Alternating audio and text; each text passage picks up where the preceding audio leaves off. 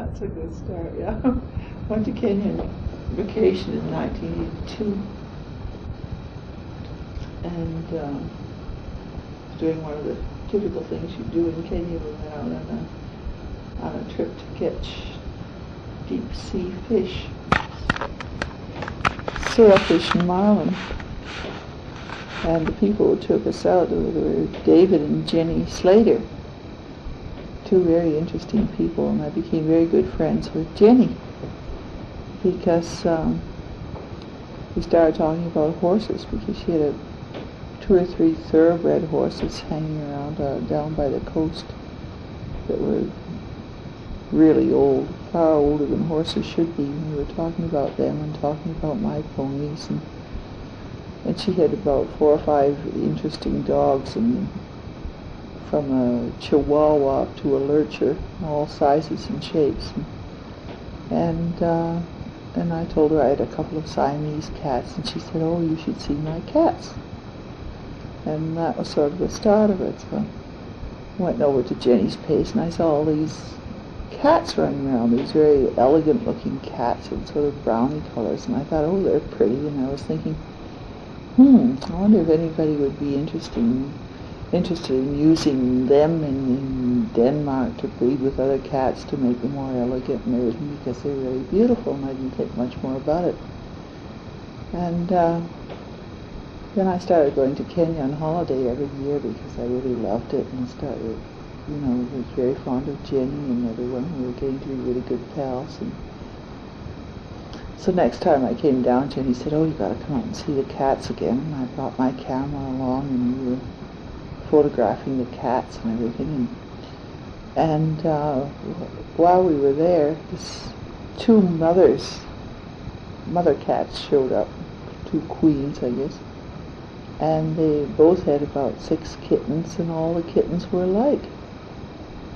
And I'd never seen anything like that with house cats or anything. And breeding ponies, I knew it was very difficult to get, 12 kittens that all looked exactly alike, and there weren't any white spots or anything. They all just looked very, very much alike.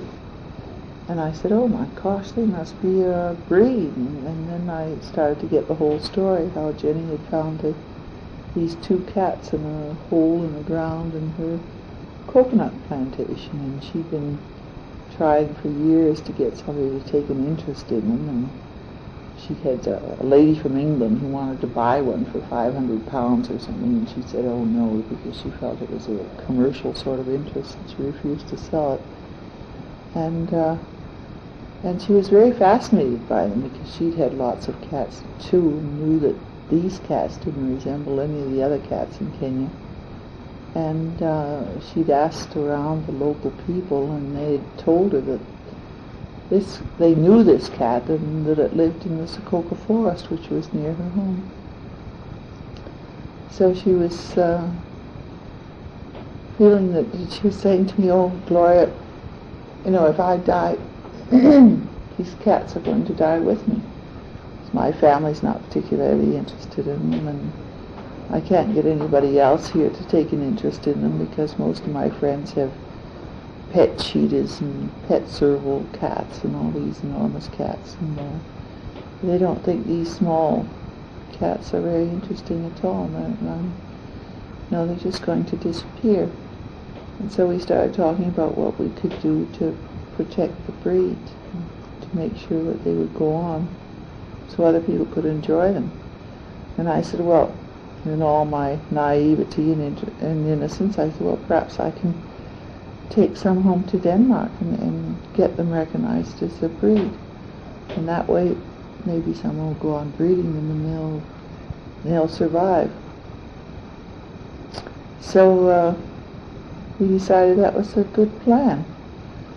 And we couldn't get it organized while I was there because at that point there was no veterinarian nearby, and she had to order the vet to come, and it would take about a month before he showed up, and so on and so forth. So I went back to Denmark, and we were in contact by letter and telegram and telephone and so on, and she said, well, when she had 2 kittens that were the right age, she'd let me know.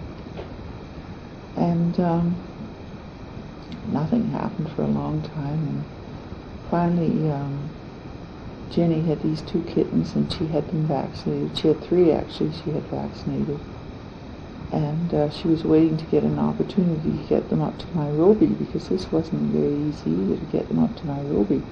That's about 500 miles, and how do you transport 2 cats to Nairobi on their own? And finally a friend of hers was going up in this Learjet, and a young man was going up there with him. He was flying to Nairobi, so she got a kikapu, which is Swahili for a sort of a woven basket, and she put these 2 kittens into the basket and sewed the basket up and gave it to this young man called David Darnborough.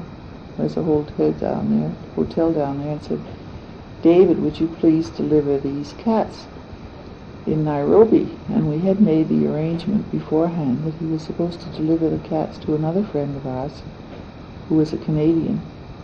It was called Norma Watts, and she was the wife of the Canadian High Commissioner at that point. And she was one of the few other people who was interested in the cats and wanted to help us with it. And so he was supposed to deliver the cats to Norma Watts.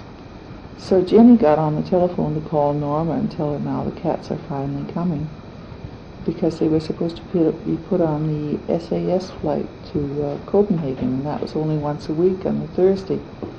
So the cats went up there on the Wednesday, and she tried to call Norma, and then all the telephone lines were down, so she couldn't get a hold of Norma. So David Darnborough's got this basket full of cats in Nairobi and can't find Norma anymore. And he's calling around. Nobody will tell him where Norma is because they're frightened of terrorists, so it's a very big secret, where Norma is. And he finally discovers that she's on the golf course. So he takes the cats to the hotel with him and waits until Norma gets back from the golf course, and by this time the plane has gone to Copenhagen. So that means there was another week before the next plane went to Copenhagen. So what happened was then their health attest was too old, because that could only be a week old, and the plane had already gone.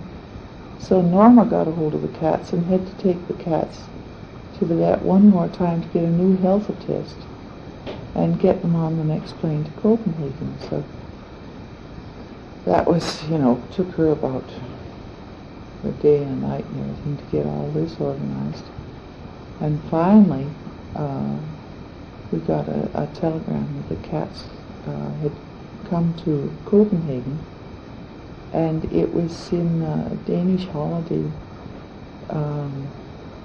What's that called in English? It was when the Holy Ghost came down or something. What's that? Whitsuntide. Pentecost, yeah. It's a big holiday in Denmark. So nobody was around, and they couldn't let the cats in without a veterinary, a Danish veterinary looking at them. So I had to call the Danish vet and get him down to the airport, and he checked the cats out, and they finally flew them to Odense.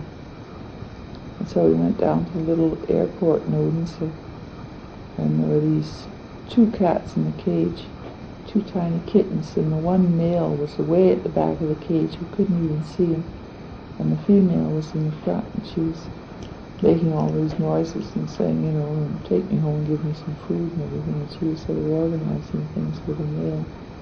It's just like a female lion. They sort of, they make sure you get the food, and the male sort of sits back and waits until something happens.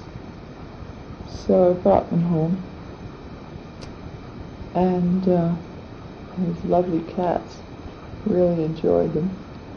And I got a hold of the Danish cat club, the local cat club called Urak, and talked to the consultant there, and she said, well, you better take them over to our expert in the breeding council who knows something about genetics, and take it out to her.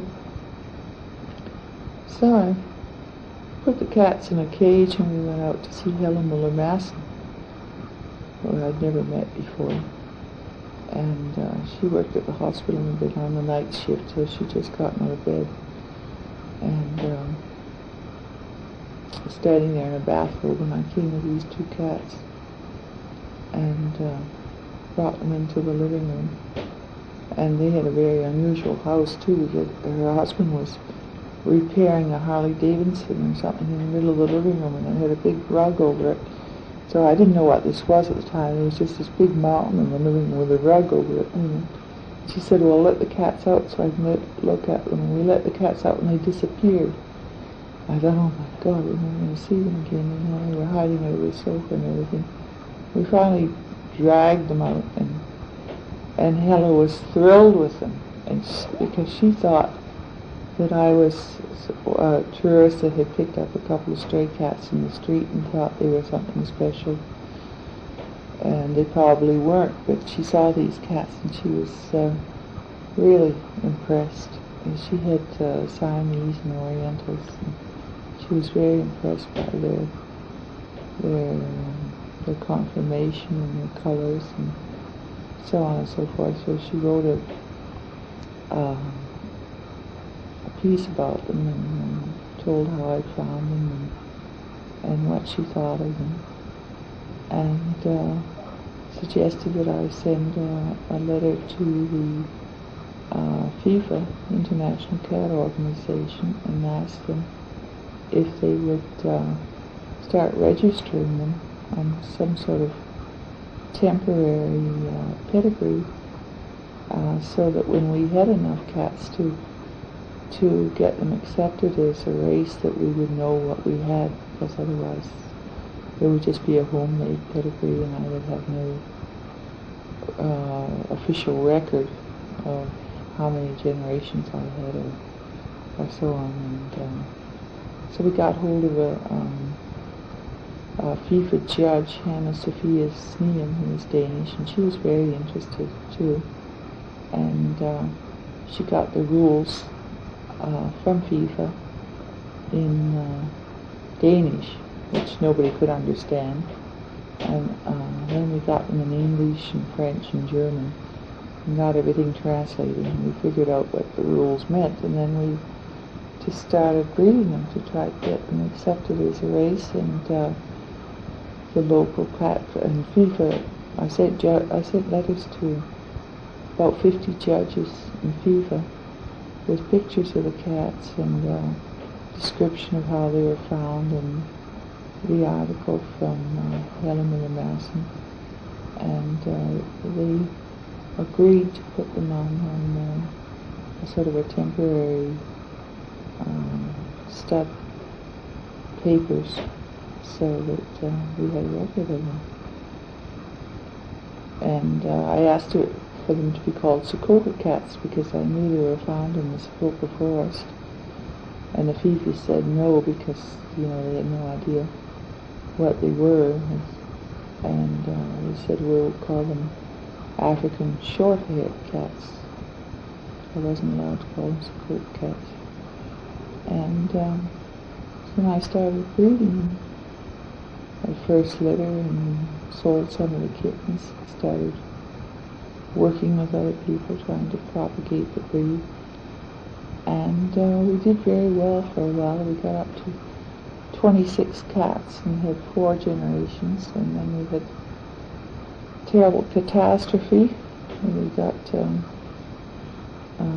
leukemia into the cats and lost an awful lot of our very good breeding cats, and almost had to start over again. We only had a small group left, and so I had to take another trip over to Jenny, say, Jenny, can I please have some more cats to strengthen the breed and to come further. And I got Cassie and Carly and Car, 3 lovely cats. Brought back to Denmark and bred them with the 4th generation cats, and we started over again. And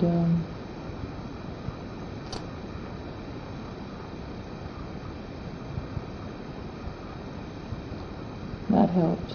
And we started getting nice litters of kittens, and they were all healthy. We'd been in quarantine and out of quarantine, and they were all tested, and everything was fine. And we started really getting the breed going again.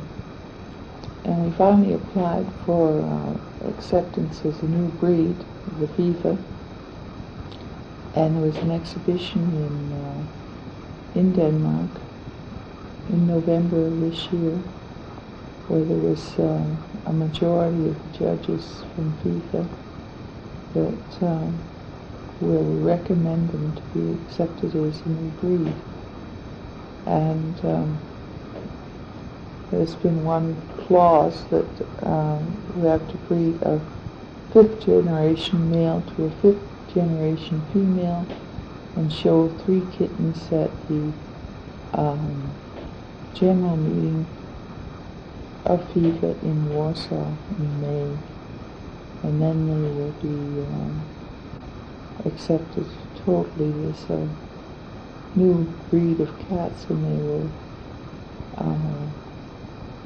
be awarded certificates as the other breeds of cats at the international shows.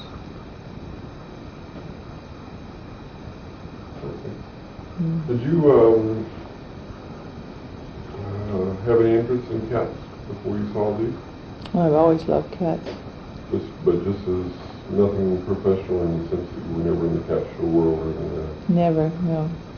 No, I've always had cats as pets. I had my first Siamese when I was 19 years old. And I've always brought stray cats home when I was a child and loved cats. And I always had 1 or 2 Siamese and a house cat in the house, but just as pets. And I've had a couple of litters of kittens, not commercially, just for fun. And I never dreamt of exhibiting cats or anything until I ran into these incredible creatures. Really all I need is 10 minutes, 10-minute condensed biography of you. So we can say,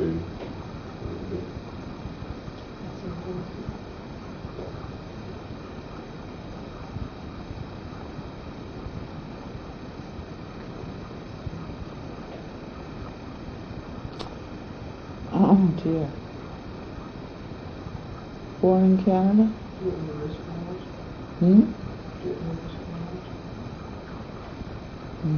Living in Denmark?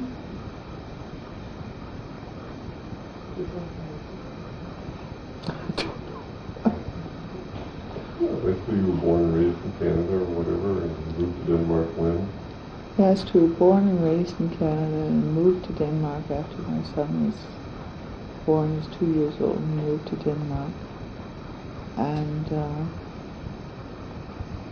was living on a farm for about the first 10 years and raising and breeding ponies and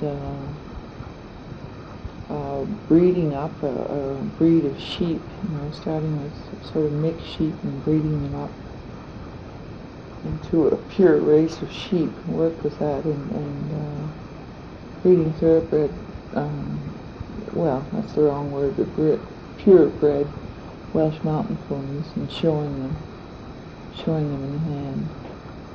And being I was a secretary for the Welsh Mountain Society, where I later started judging ponies. And that, as a matter of fact, is one of the reasons I think that I realized what I was looking at when I saw this Sokoke cat, because I was used to looking at ponies and judging them, judging their conformation.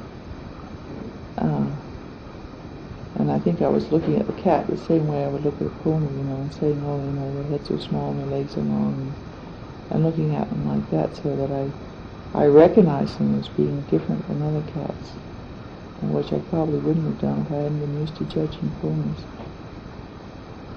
And so anyway, I was living on this small farm with sheep and goats and dwarf chickens and pigeons and cats and dogs and a cow called Amelia Hoffman Hansen, taking care of that, and then I went to the Art Academy for 3 years and painted seriously for quite a few years. And then I went into, then I worked in it. Then I decided I wanted to go out into the business world, and I hadn't had any experience working in Denmark, but I worked in a bank in Canada. So I got a job in a bank in Denmark as a cashier for a year, and that sort of gave me confidence to feel that I could work in Denmark. And I started working in my husband's company. We had bought a company just about the time I started working in the bank. We bought a company with deep frozen Danish pastry, and we bought it for 1 Danish crown and took over the debts in the company. And it was a huge factory. We could make 80,000 long pieces of Danish pastry a day. The only trouble was you had to sell it. And we didn't have any customers. And we didn't have any money, and so we couldn't have any personnel or anything, so we had to do everything ourselves. So I was sort of I started out in the test bakery, finding out how you made this stuff, anyway, working with the test baker. And then I took over the secretarial functions and doing all the correspondence and everything, and the packaging and the advertising. And then we started traveling around, flogging our pastries around the world.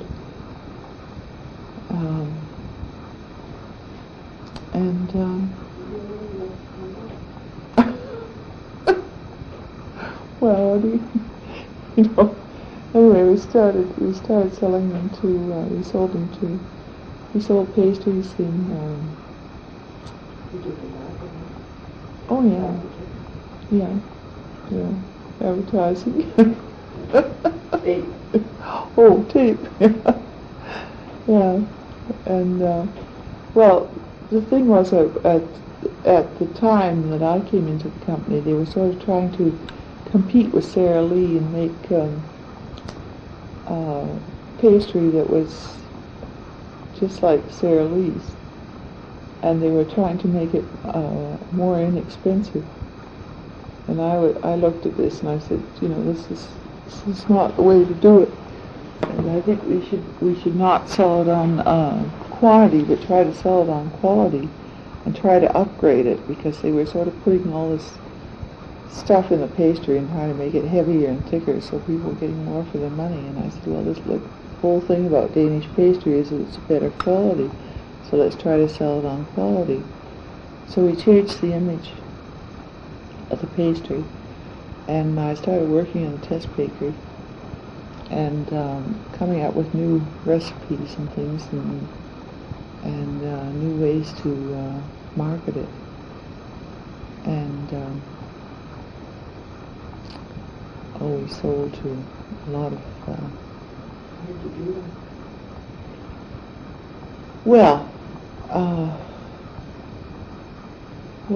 I'm interested in cooking anyway.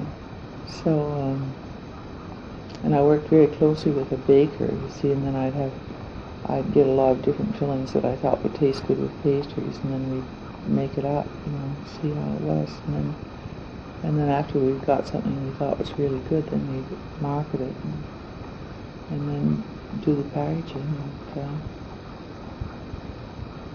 and then sell it. And it was very successful. We were selling it in America and Canada, Marks and Spencer, and in England to Tesco and Sainsbury and Marks and Spencer, all the big companies, and then we had a very good customer, Nestle Findus in Sweden and Norway, and some in France, and of course all the Danish companies. And then we started selling licensing contracts to, among other things, people that make videos and people like that in Sweden sold licensing contracts. Then we started selling licensing contracts for other people who couldn't sell their licensing contracts. So, we were traveling around the world most of the time. Yeah, we sold licensing contract to Campbell Soup too.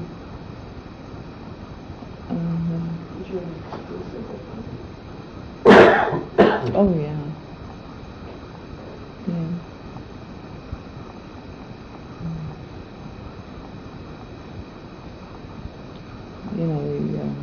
And it was quite funny too to sell a licensing contract for Danish pastry, because you can read how to make Danish pastry in any cookbook, but you can't make Danish pastry that is Danish pastry without having the right kind of mealing, the right kind of flour, the right kind of margarine, the right kind of bakers. So we were sending bakers and everybody out into the world and making the pastry in England and Canada.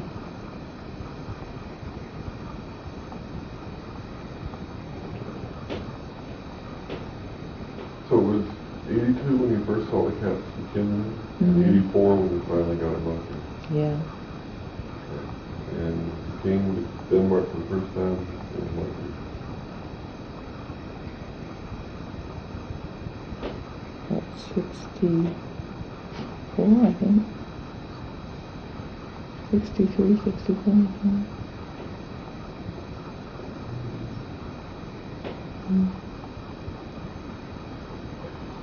3 minutes on hopes, plans, and ambitions for the cat.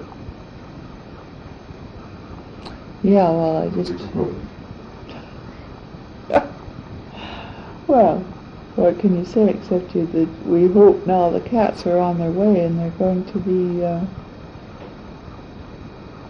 an established breed, so that other people can enjoy them, so that these tremendous personality and charm that these cats have are not going to be lost to the civilized world. That everyone I know who has these cats, and particularly myself, the longer I have them, the more I enjoy them. I think they're so intelligent and they're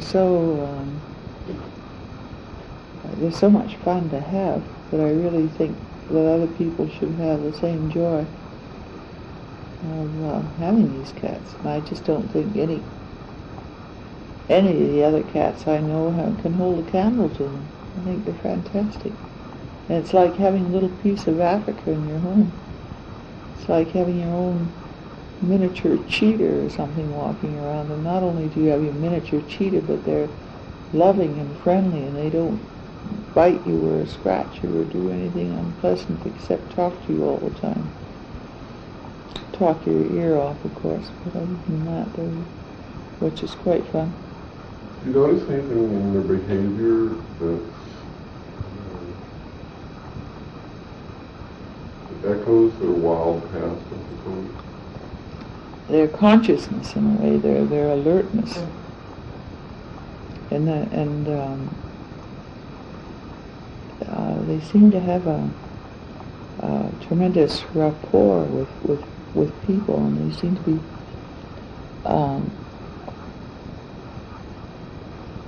they're almost like they know what you're thinking or something as such. Amazing, and they're very, and another thing is that they're so terribly careful when they meet strangers, or if there's something going on that's unusual. But they're very incredibly alert and are just very, very watchful till they realize what's going on, and then they just relax more. Nice, friendly cats that they have. They're just so. And some people, when people come, sometimes they'll say, and the cats will, sort of run off and say, "Oh, these are strangers. I don't want to know them." And they'll say, "Oh, the cats are frightened," and I look askance at them because I know the cats aren't frightened. They're just thinking, "Well, I don't know these people, and we better watch it. They might kill us." And I think that's from their, and I've had people too say, "Oh, they have a bad temperament because they do that," but they don't. I mean, this is how they've survived in the forest. They have a wonderful temperament. So they're never vicious or cruel with human beings or try to hurt them. They're amazingly friendly cat. As I say, very aware, very, they know how to survive. Tremendous survival.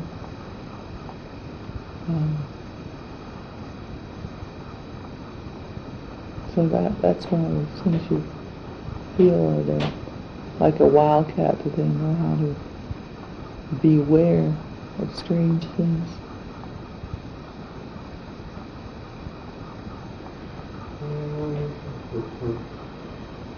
Significant passes in the road to recognition, remembering the various dates when things happen. I'm just like the Africans. I never remember any dates for anything. I'll let you know if you want. I'll look it up. Yeah. Any sort of a chronological. the first one was registered in whatever 85 his name was, and then significant passes. Yeah, well, I'll let you know. I can't really remember it. It's all on paper.